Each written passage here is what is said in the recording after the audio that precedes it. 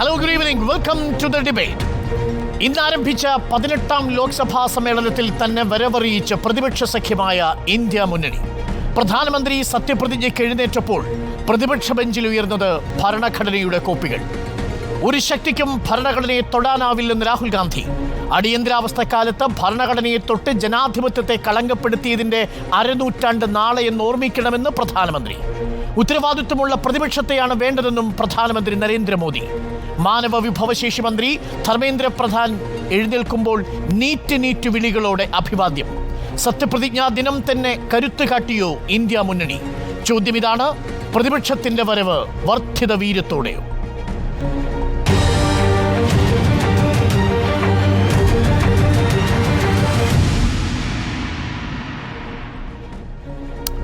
ചർച്ചയിലേക്ക് എത്തും മുൻപ് പാർലമെന്റിൽ ഇന്ന് കണ്ടതും കേട്ടതുമായ ചില കാഴ്ചകളിലേക്ക് പോകാം.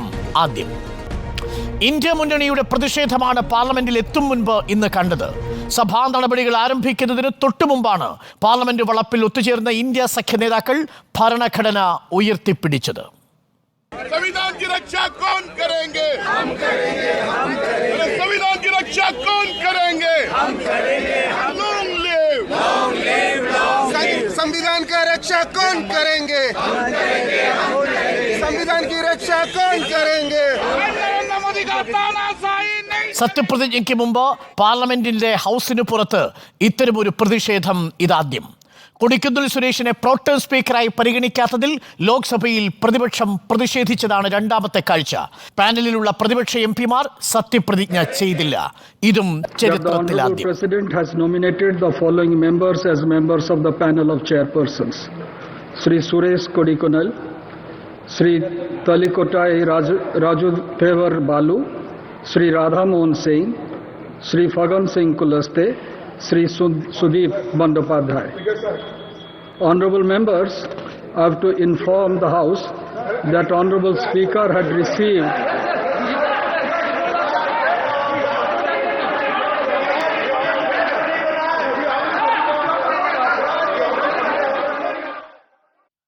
സത്യപ്രതിജ്ഞയ്ക്ക് മുൻപ് തന്നെ സഭയിൽ പ്രതിഷേധവും ചരിത്രത്തിലാദ്യം. നീറ്റ് പരീക്ഷാ ക്രമക്കേടിലും ഇന്ന് പാർലമെന്റിൽ പ്രതിപക്ഷ പ്രതിഷേധമുണ്ടായി. കേന്ദ്ര വിദ്യാഭ്യാസ മന്ത്രി ധർമ്മേന്ദ്ര പ്രധാൻ സത്യപ്രതിജ്ഞ ചെയ്യാൻ എത്തിയപ്പോൾ പ്രതിപക്ഷം നീറ്റ് വിഷയമുയർത്തി മുദ്രാവാക്യം വിളിച്ചു. ഇതും ആദ്യം.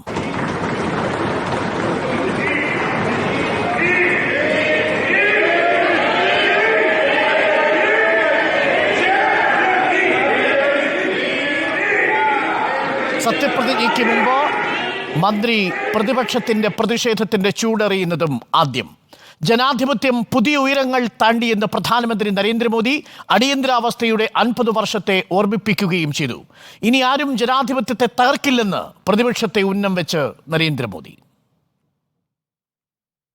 हमारे यहाँ 18 अंक का बहुत सात्विक मूल्य है.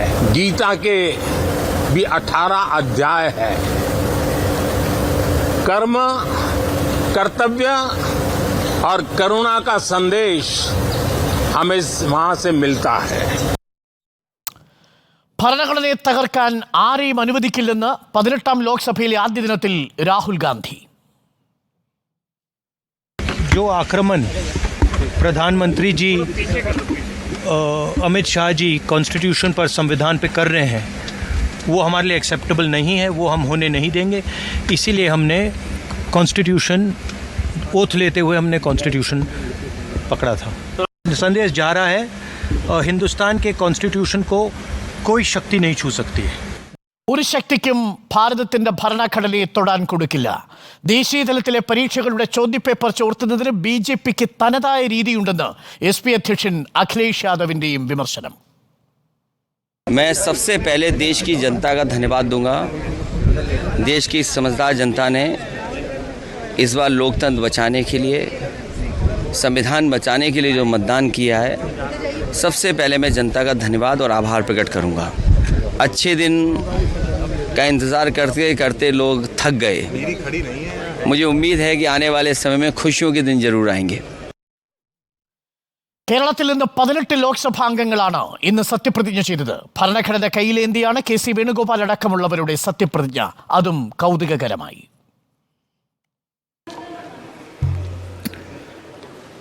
I, Shafi Parambil, having been elected a member of the House of the People, do solemnly affirm that I will bear true faith and allegiance to the Constitution of India, as by law established, that I will uphold the sovereignty and integrity of India, and that I will faithfully discharge the duty upon which I am about to enter. സംസ്ഥാനത്തെ ഏക ഇടത് ശബ്ദം K Radhakrishnan പ്രതീക്ഷിച്ചതുപോലെ മലയാളത്തിൽ ദൃഢപ്രതിജ്ഞയെടുത്തു. K രാധാകൃഷ്ണനായ ഞാൻ ലോകസഭയിലെ ഒരു അംഗമായി തിരഞ്ഞെടുക്കപ്പെട്ടിരിക്കുന്നതിനാൽ നിയമം വഴി സ്ഥാപിതമായ ഭാരതത്തിൻ്റെ ഭരണഘടനയോട് നിർവാജ്യമായ വിശ്വസ്തയും കൂറും പുലർത്തുമെന്നും ഭാരതത്തിൻ്റെ പരമാധികാരവും അഖണ്ഡതയും നിലനിർത്തുമെന്നും ഞാൻ ഏറ്റെടുക്കാൻ പോകുന്ന കർത്തവ്യം വിശ്വസ്തയോടുകൂടി നിർവഹിക്കുമെന്ന് ദൃഢപ്രതിജ്ഞയെടുക്കുന്നു.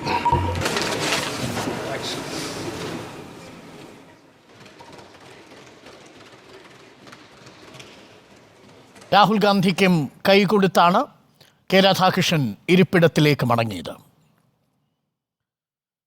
ഇതൊക്കെയാണ് ഇന്ന് പാർലമെന്റിൽ നമ്മൾ കണ്ട കാഴ്ച. ചർച്ചയിലേക്ക് കടക്കുന്നു. കോൺഗ്രസ് പ്രതിനിധി അനിൽ ബോസ്, BJP പ്രതിനിധി യുവരാജ് ഗോകുൽ, CPM പ്രതിനിധി അഡ്വക്കേറ്റ് K. സരൺകുമാർ എന്നിവരാണ് ചർച്ചയിൽ എനിക്കൊപ്പം. ആദ്യം യുവരാജ് ഗോകുലിലേക്ക്. യുവരാജ് ഗോകുൽ, പഴയ പാർലമെന്റിന്റെ ചരിത്രത്തിൽ പോലും കാണാത്ത കാര്യങ്ങളാണ് പുതിയ പാർലമെന്റിന്റെ ആദ്യ ലോക്സഭാ സമ്മേളനത്തിൽ കണ്ടത്. ഭരണഘടന ഉയർത്തിപ്പിടിച്ചുള്ള ഇന്ത്യ മുന്നണിയുടെ വരവ് കരുത്തറിയിക്കുകയാണോ ഇന്ത്യ മുന്നണി എന്ന പ്രതിപക്ഷ സഖ്യം? ഒരു കാര്യത്തിൽ വളരെയധികം സന്തോഷമുണ്ട്. കാരണം നമ്മൾ ഇന്നിപ്പോൾ സംസാരിക്കുന്നത് ജൂൺ മാസം 24-ാം തീയതി 2024 ഏതാനും മണിക്കൂറുകളൂടി കഴിഞ്ഞു കഴിഞ്ഞാൽ 25-ാം തീയതി ആവും. നമ്മുടെ ഭരണഘടനയിലെ നമുക്ക് ഉറപ്പ് തരുന്ന ചില മൗലികമായ അവകാശങ്ങളുണ്ടല്ലോ.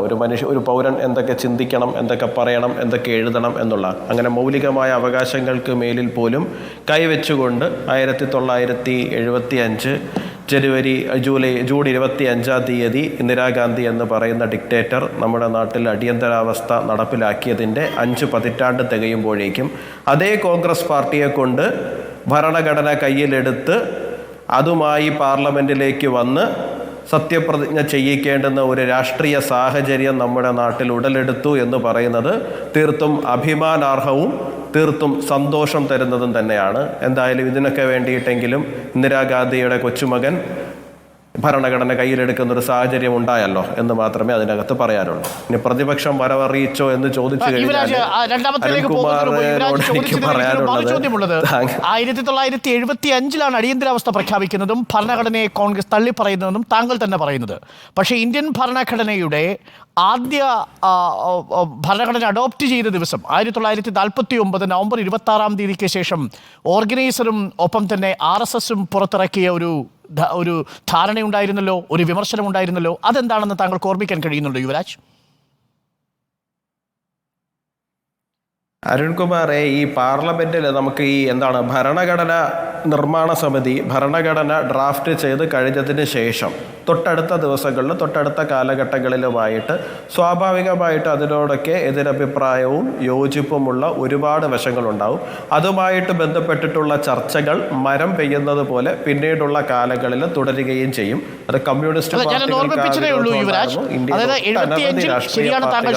പല വിഷയങ്ങൾ തീർച്ചയായിട്ടും ഓർമ്മിപ്പിക്കേണ്ട കാര്യമൊന്നുമില്ലല്ലോ. ഇതൊക്കെ ചരിത്രത്തിലുള്ള കാര്യങ്ങൾ തന്നെയല്ലേ അരുൺകുമാർ, ഇതൊക്കെ ചരിത്രത്തിലുള്ള കാര്യങ്ങൾ തന്നെയല്ലേ. തള്ളിപ്പറഞ്ഞ ആദ്യത്തെ അല്ല, പ്രേക്ഷകരെ മാത്രമല്ല എല്ലാവർക്കും അറിയാവുന്ന കാര്യമാണ്. അല്ല, അതിനകത്ത് ഞങ്ങളെക്കാൾ അധികം അംബേദ്കർ വിമർശിച്ചിരിക്കുന്നത് കമ്മ്യൂണിസ്റ്റ് പാർട്ടികളെയാണ്. ഇവിടെ ഒരു റിജിഡായിട്ടുള്ളൊരു ഭരണഘടന ഉണ്ടാകുന്നുവെന്നും അതൊരിക്കലും അട്ടിമറിക്കാൻ കഴിയാത്തതിൻ്റെ വിഷമം അവർക്കുണ്ടെന്നും പറഞ്ഞ് അംബേദ്കർ വിമർശിച്ചിരിക്കുന്നത് ഈ പറയുന്ന ഇന്ത്യ മുന്നണിക്കകത്തുള്ള കമ്മ്യൂണിസ്റ്റ് പാർട്ടികളെ തന്നെയാണ്. അതൊക്കെയും കണ്ടില്ല എന്ന് വെച്ച് നമുക്ക് പോകാൻ കഴിയുമോ? പിന്നെ രണ്ടാമത്തെ ഒരു കാര്യം എന്ന് പറഞ്ഞു കഴിഞ്ഞാൽ താങ്കൾ ചോദിച്ചു എന്താണ് പ്രതിപക്ഷ മുന്നണി വരവറിയിച്ചോ എന്നാണ് ഞാൻ അങ്ങ് ചോദിച്ചൊരു ചോദ്യം എന്ന് പറയുന്നത്. അങ്ങയോട് എനിക്ക് പറയാനുള്ളത്, ഈ Rahul Gandhi coming of age എന്നും രാഹുൽ ഗാന്ധി മെച്ചുവറായെന്നും രാഹുൽ ഗാന്ധി എന്താണ് റീലോഞ്ച് ചെയ്തു എന്നുള്ള വാർത്ത ഏതാണ്ട് 1.5 പതിറ്റാണ്ടുകളായിട്ട് ഞാൻ പല പത്രമാധ്യമങ്ങളിലായിട്ട് വായിച്ചു വരികയാണ്. അങ്ങേക്ക് വേണമെങ്കിൽ ഞാൻ ഇപ്പോഴും വായിച്ചു തരാം. ഇന്ത്യ ടുഡേ മുതൽ, ടൈംസ് നൗ മുതൽ, അങ്ങനെ ഇന്ത്യയിലുള്ള എല്ലാ മുഖ്യധാരാ മാധ്യമങ്ങളിൽ 2007, 2008, 2009 മുതൽ Rahul Gandhi relaunching, Rahul Gandhi coming of age എന്ന് പറഞ്ഞിട്ട് 1.5 പതിറ്റാണ്ടായിട്ട് ഈ വാർത്ത ഇങ്ങനെ വീണ്ടും വീണ്ടും വന്നുകൊണ്ടിരിക്കുകയാണ്. ഇപ്പോൾ ഇന്നത്തെ ചർച്ച വീണ്ടും നമ്മൾ എന്താണ്, പ്രതിപക്ഷം വരവറിയിച്ചോ എന്നാണ്. ഒരു 5 വർഷം കഴിയുമ്പോൾ വീണ്ടും നമ്മൾ ഇത് തന്നെ ചർച്ച ചെയ്യും. വീണ്ടും രാഹുൽ ഗാന്ധിയുടെ നേതൃത്വത്തിലുള്ള പ്രതിപക്ഷം വരവറിയിച്ചോ എന്ന് പറഞ്ഞിട്ട് നമ്മൾ ചർച്ച ചെയ്യും. ഒന്ന്. രണ്ടാമത്തെ ഒരു കാര്യം, ഇവരുടെ മുന്നണി ഇപ്പോഴേ അടിച്ചു പിരിഞ്ഞോ എന്നുള്ള കാര്യത്തിലാണ് എനിക്കൊരു സംശയം. കാരണം ഈ ഷാഫി പറമ്പിൽ ഇവിടെ സത്യപ്രതിജ്ഞ ചെയ്യുമ്പോൾ ബാക്കി മുന്നണി നേതാക്കളെയൊക്കെ പോലെ ഭരണഘടന ഇങ്ങനെ ഉയർത്തിപ്പിടിച്ചു വെച്ചുകൊണ്ട് സത്യപ്രതിജ്ഞ ചെയ്യുന്നത് കണ്ടായിരുന്നു. ഇവരുടെ മുന്നണിയുടെ ഭാഗമായിട്ടുള്ള ശ്രീ രാധാകൃഷ്ണൻ, അദ്ദേഹം സത്യപ്രതിജ്ഞ ചെയ്യുമ്പോൾ അതുപോലെ ചെയ്യുന്നത് കണ്ടില്ല. അപ്പോൾ അവരുടെ മുന്നണിക്കകത്ത് തന്നെ ഇപ്പോൾ തന്നെ ഈ കാര്യങ്ങളിൽ, ചെയ്യാൻ പോകുന്ന കാര്യങ്ങളിൽ ഒരു സ്വരചേർച്ചയില്ലായ്മ ഇപ്പോൾ തന്നെ വന്നിട്ടുണ്ടോ? അതോ അവരിപ്പോൾ തന്നെ ഒരു പാർട്ടി ഒരു വഴിക്കും മറ്റൊരു പാർട്ടി മറ്റൊരു വഴിക്കും ഒക്കെ പോവുകയാണോ? അപ്പോൾ ഇവരെ വരവറിയിക്കുകയാണോ അതോ പിരിയുന്നത് അറിയിക്കുകയാണോ എന്നുള്ള കാര്യത്തിൽ എനിക്ക് കാര്യമായൊരു സംശയമുണ്ട്. അതിനൊരു ക്ലാരിറ്റി കിട്ടിയിരുന്നെങ്കിൽ. വളരെ പ്രധാനപ്പെട്ട 2 കാര്യങ്ങളാണ്, ഞാൻ അതിലേക്ക് വരാം. യുവരാജ്, താങ്കൾ ആദ്യം സൂചിപ്പിച്ച അടിയന്തരാവസ്ഥയുടെ കാര്യത്തെ ഞാനൊന്ന് അനിൽ ബോസിൽ കൂടി ഓർമ്മപ്പെടുത്തി തുടങ്ങാം. അനിൽ ബോസ്, പ്രധാനമന്ത്രിയും യുവരാജ് ഗോകുൽ നേരത്തെ സൂചിപ്പിച്ച കാര്യമാണ് പറഞ്ഞത്. ഇന്ന് രാത്രി പുലർന്നാൽ നമ്മൾ ആരും ഓർമ്മിക്കാൻ ആഗ്രഹിക്കാത്ത അടിയന്തരാവസ്ഥയുടെ 50 വർഷം തികയുന്ന ദിവസമാണ്.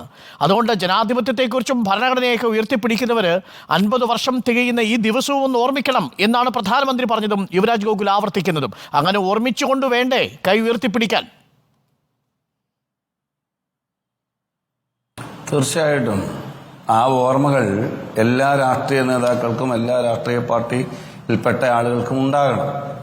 ഇന്ദിരാഗാന്ധി അങ്ങനെ ഇന്നിപ്പോൾ നിങ്ങൾ ഓർക്കാൻ ഇഷ്ടപ്പെടാത്തൊരു കാര്യം ചെയ്തെങ്കിൽ അന്ന് അവർ പുറത്തേക്ക് തന്നെ പോയിരുന്നു. സംശയമുണ്ടോ? ജയിലിലടക്കം പോകേണ്ടി വന്നു, പരാജയപ്പെടേണ്ടി വന്നു. അത് ഓർമ്മയുണ്ടോ? ആ ഓർമ്മയിൽ നിന്നുകൊണ്ട് വേണം രാജ്യത്തെ ജനാധിപത്യത്തെയും രാജ്യത്തിന്റെ ഭരണഘടനയും കൂടിക്കാണാൻ എന്നാണ് എൻ്റെ അഭിപ്രായം. പിന്നിപ്പോൾ ഞങ്ങൾ ഇന്ത്യ സഖ്യത്തിന്റെ ഭാഗമായുള്ളവർ അല്ലെങ്കിൽ കോൺഗ്രസ് പാർട്ടിയുടെ പ്രതിനിധികളൊക്കെ കോൺസ്റ്റിറ്റ്യൂഷൻ പൊക്കിയത് ആദ്യമായിട്ടാണ്. ഞാൻ ചോദിക്കട്ടെ, അരുൺ, കഴിഞ്ഞ 10 വർഷമായി നമ്മൾ കേട്ടുകൊണ്ടിരിക്കുന്ന നരേറ്റീവ് എന്താ? ഞങ്ങൾക്ക് BJP എന്ന് പറയുന്ന രാഷ്ട്രീയ പാർട്ടിക്ക് ഒറ്റയ്ക്ക് ഭൂരിപക്ഷം കിട്ടിയാൽ തിരുത്തപ്പെടേണ്ടതാണ് ഈ ഭരണഘടന. ആ ക്യാമ്പയിൻ ആരാ നടത്തിയത്? നരേറ്റീവുകൾ ഒരുപാട് കണ്ടല്ലോ നമ്മുടെ രാജ്യം. ഞങ്ങൾ ഈ തെരഞ്ഞെടുപ്പിൽ 400-ലെത്തും, ഭരണഘടന തിരുത്തും എന്ന് പറഞ്ഞതാരാ, പ്രചരിപ്പിച്ചതാരാ? നമ്മൾ പരിശോധിക്കണ്ടേ?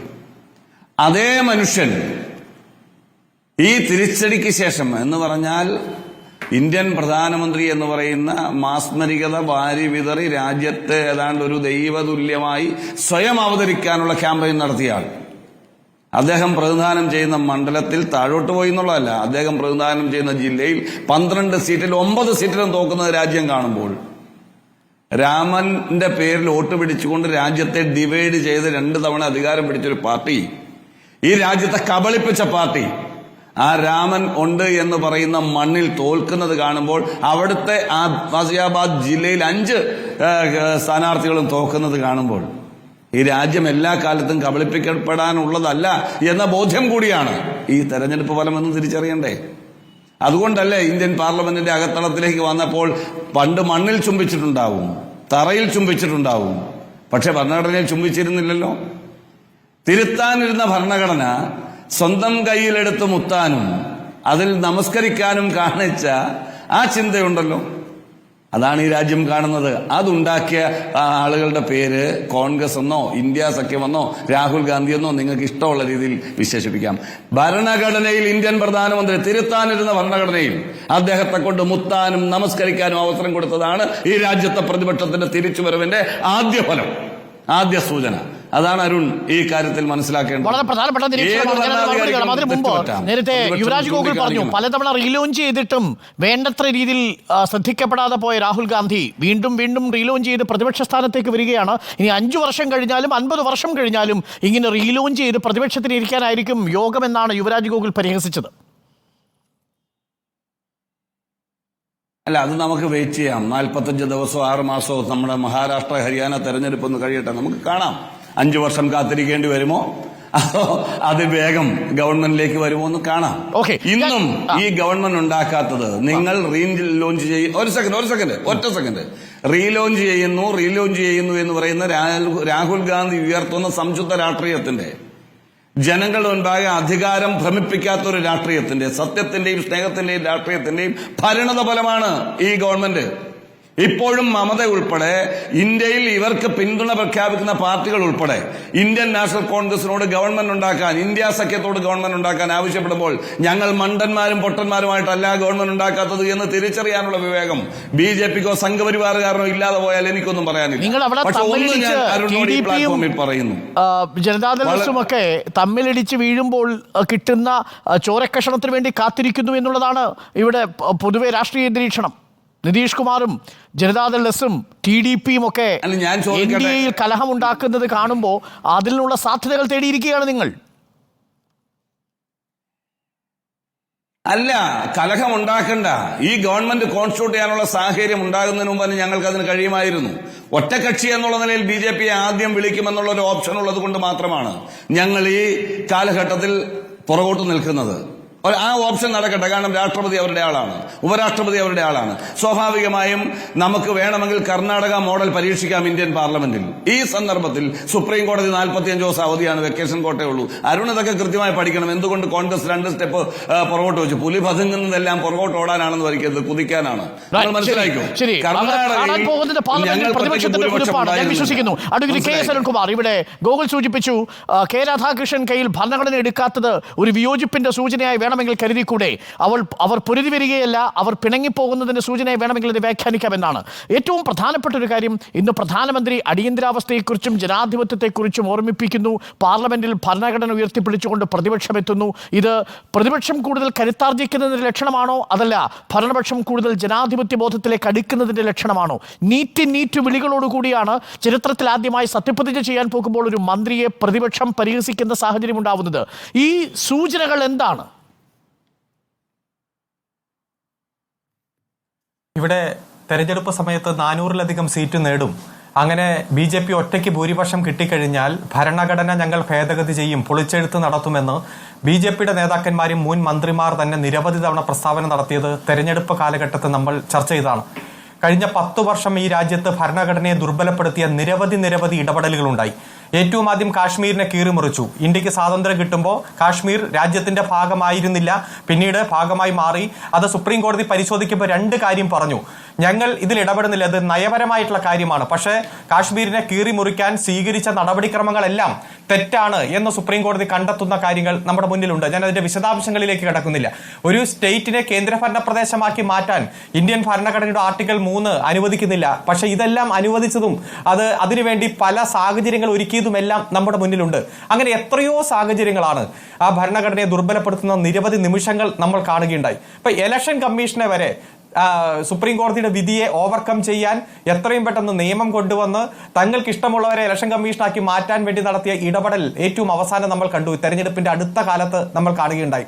അതുപോലെ പൗരത്വ ഭേദഗതി നിയമമായാലും മുത്തലാഖ് പരിഷ്കരണ നിയമമായാലും ഗവർണർമാരെ ഉപയോഗിച്ചുകൊണ്ട് രാഷ്ട്രീയം കളിക്കുമ്പോൾ ഭരണഘടന ഗവർണർക്ക് കൊടുക്കുന്ന പദവികളെ ദുരുപയോഗം ചെയ്ത സാഹചര്യം, അതുപോലെ കേന്ദ്ര അന്വേഷണ ഏജൻസികളെ ദുരുപയോഗം ചെയ്ത സാഹചര്യം, ഏറ്റവും അവസാനം ഇലക്ട്രൽ ബോർഡുമായി ബന്ധപ്പെട്ടുകൊണ്ട്, ബുൾഡോസർ സംസ്കാരവുമായി ബന്ധപ്പെട്ടുകൊണ്ട്, ലേബർ കോഡ് നടപ്പാക്കിയപ്പോൾ, കാർഷിക പരിഷ്കരണ നിയമം നടപ്പാക്കിയപ്പോൾ, യൂണിഫോം സിവിൽ കോഡുമായി ബന്ധപ്പെട്ടുകൊണ്ട് നടത്തിയ ഇടപെടലുകൾ, ഒരേ രാജ്യം ഒരേ തെരഞ്ഞെടുപ്പുമായി ബന്ധപ്പെട്ടുകൊണ്ട് ഭരണഘടനയിലെ പല വകുപ്പുകളും ദുർബലപ്പെടുത്താൻ വേണ്ടി നടത്തിയ ശ്രമം, അങ്ങനെ 10 വർഷം നടത്തിയ നിരവധി ശ്രമങ്ങൾ നമ്മുടെ മുന്നിലുണ്ട്.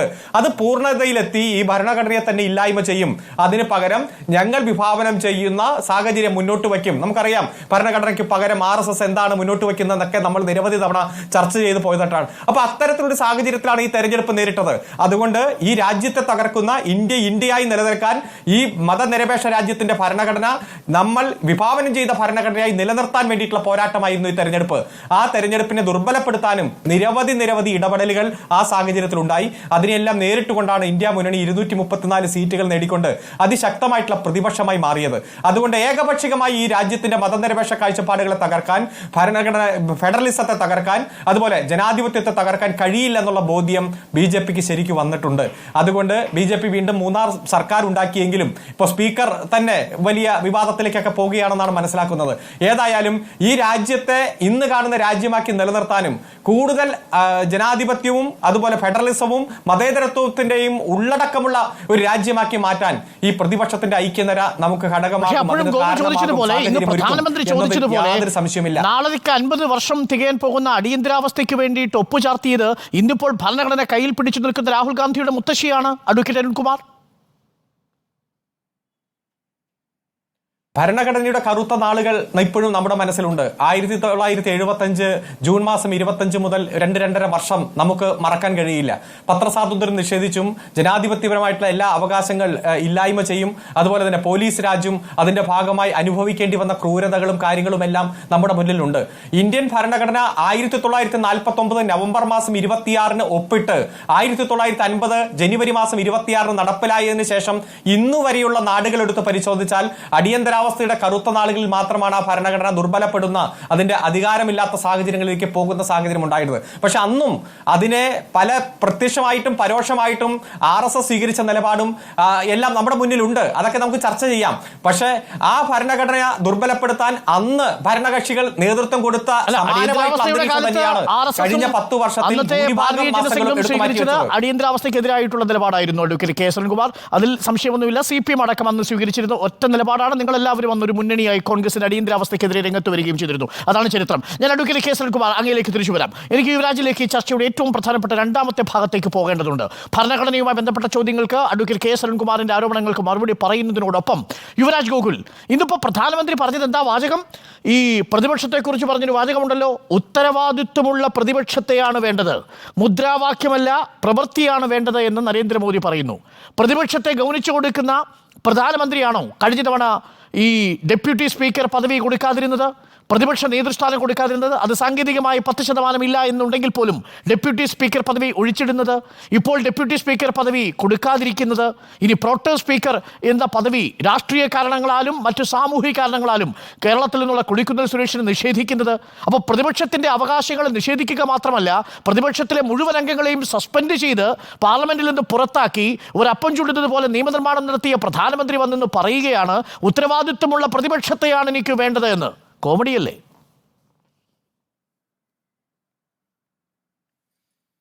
അരുൺകുമാറെ, ഇതിനകത്ത് ഒന്നാമത്തെ കാര്യം, ആദ്യത്തെ ഞാനിപ്പോൾ അങ്ങേക്ക് ചരിത്രം പറഞ്ഞു തരേണ്ട കാര്യമൊന്നുമില്ല. എന്നെക്കാളും നന്നായിട്ട് പൊളിറ്റിക്കൽ സയൻസും പൊളിറ്റിക്കൽ ചരിത്രവും അറിയാവുന്ന ഒരാൾ തന്നെയാണ് അങ്ങേ പഠിപ്പിക്കുക എന്ന് പറയുന്നത് കുറച്ച് കടുത്തുള്ള കാര്യമാണ്. എന്തായാലും ഞാൻ പറയുകയാണ്, ജവഹർലാൽ നെഹ്റുവിൻ്റെ ആദ്യത്തെ മന്ത്രിസഭയിൽ ഉൾപ്പെടെ പ്രതിപക്ഷ നേതാവിനെ കൊടുക്കുന്ന ഒരു സാഹചര്യം ഉണ്ടായിട്ടില്ല. 10% ഉണ്ടെങ്കിൽ മാത്രമാണ് അത് കൊടുക്കാൻ കഴിയുന്നൊരു സാഹചര്യം ഉണ്ടായിരുന്നത്. കഴിഞ്ഞ 2 തവണ അതുണ്ടായിരുന്നില്ല. ഇത്തവണത്തെ കാര്യം ഡെപ്യൂട്ടി സ്പീക്കറെ തിരഞ്ഞെടുക്കുന്നതിലേക്ക് പോകുന്നതല്ലേ ഉള്ളൂ. ഡെപ്യൂട്ടി സ്പീക്കർ തിരഞ്ഞെടുപ്പ് കഴിഞ്ഞതിന് ശേഷം അവിടെ എന്തൊക്കെയാണ് ഉരുത്തിരിഞ്ഞ് വരുന്നത് നോക്കട്ടെ. ഇപ്പോൾ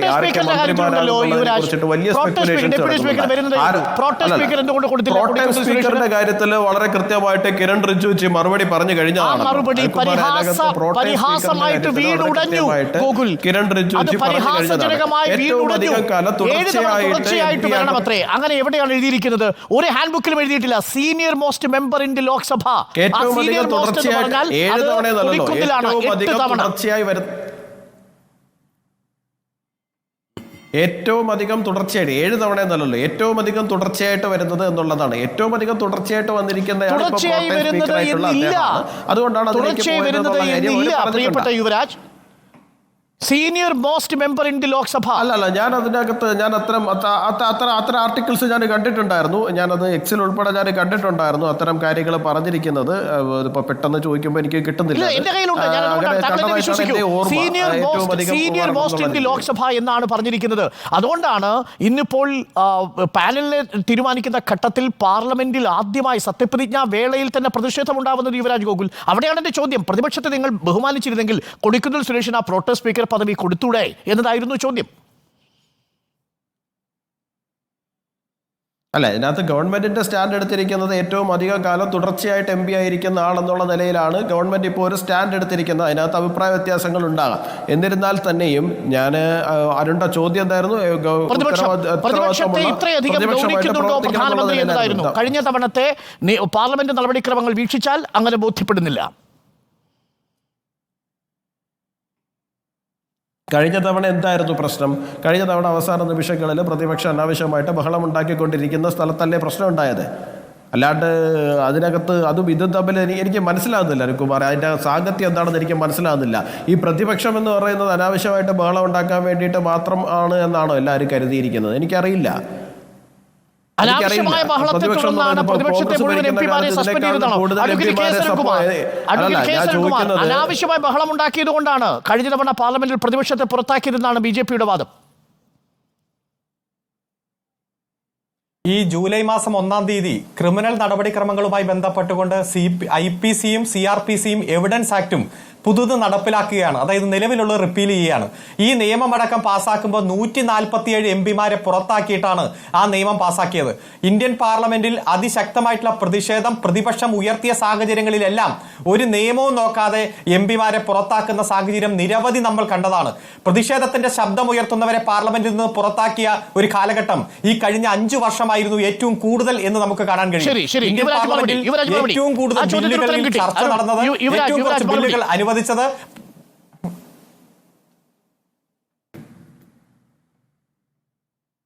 അരുൺകുമാറെ, പാർലമെന്റിനകത്ത് ചർച്ചയാണ് നടക്കേണ്ടത്. ചർച്ച നടക്കുന്നതിന് പകരം നിരന്തരമായിട്ട് പാർലമെന്റിന്റെ നടപടികൾ തടസ്സപ്പെടുത്തിക്കൊണ്ട് പുറത്തിറങ്ങി ബഹളം വെക്കുക എന്ന് പറയുന്ന ഒരു സ്ട്രാറ്റജിയിലേക്ക് പ്രതിപക്ഷം പോയി കഴിഞ്ഞു കഴിഞ്ഞാൽ അവരാഗ്രഹിക്കുന്നത് അവരെ പുറത്താക്കണമെന്ന് തന്നെയാണ്. ഞാനൊന്ന് ചോദിച്ചോളട്ടെ, ഈ പ്രതിപക്ഷത്തിരിക്കുന്ന 4-3-7 എംപിമാർ മാത്രമായിരുന്നു കഴിഞ്ഞോടെ പ്രതിപക്ഷ നിരയിൽ ഉണ്ടായിരുന്നത്. ഇവരെ പുറത്താക്കിയില്ലായിരുന്നെങ്കിൽ ഈ പറയുന്ന ബില്ലുകളൊന്നും പാസ്സാക്കാൻ കഴിയില്ലായിരുന്നു എന്നാണോ പറഞ്ഞു വരുന്നത്? അല്ലല്ലോ. ചെയ്തുകൊണ്ടിരുന്ന പാർലമെന്റിന്റെ നടപടികൾ നടക്കരുത്, സ്തംഭിപ്പിക്കുക എന്നുള്ള അടിസ്ഥാനത്തിൽ മാത്രം ബഹളം ഉണ്ടാക്കിക്കൊണ്ടിരിക്കലാണ്. അല്ലാണ്ട് ചർച്ച നടക്കണമെന്നുണ്ടെങ്കിൽ അവർക്ക് ഏത് വിഷയത്തിലാണ് ചർച്ച നടത്താൻ പറ്റാതിരുന്നത്? അവിടെ ഏത് വിഷയത്തിലാണ് ചർച്ച നടക്കാതിരുന്നത്? പ്രധാനമന്ത്രി ജമ്മു കാശ്മീരിന്റെ പ്രത്യേക പദവി റദ്ദു ചെയ്യുന്ന ബില്ല് കൊണ്ടുവരുമ്പോൾ അതെങ്ങനെയാണ് ആ ബില്ല് പാർലമെന്റിൽ അവതരിപ്പിക്കുന്നത്? നേരത്തെ അംഗങ്ങൾക്ക് വിതരണം ചെയ്തിരുന്നോ?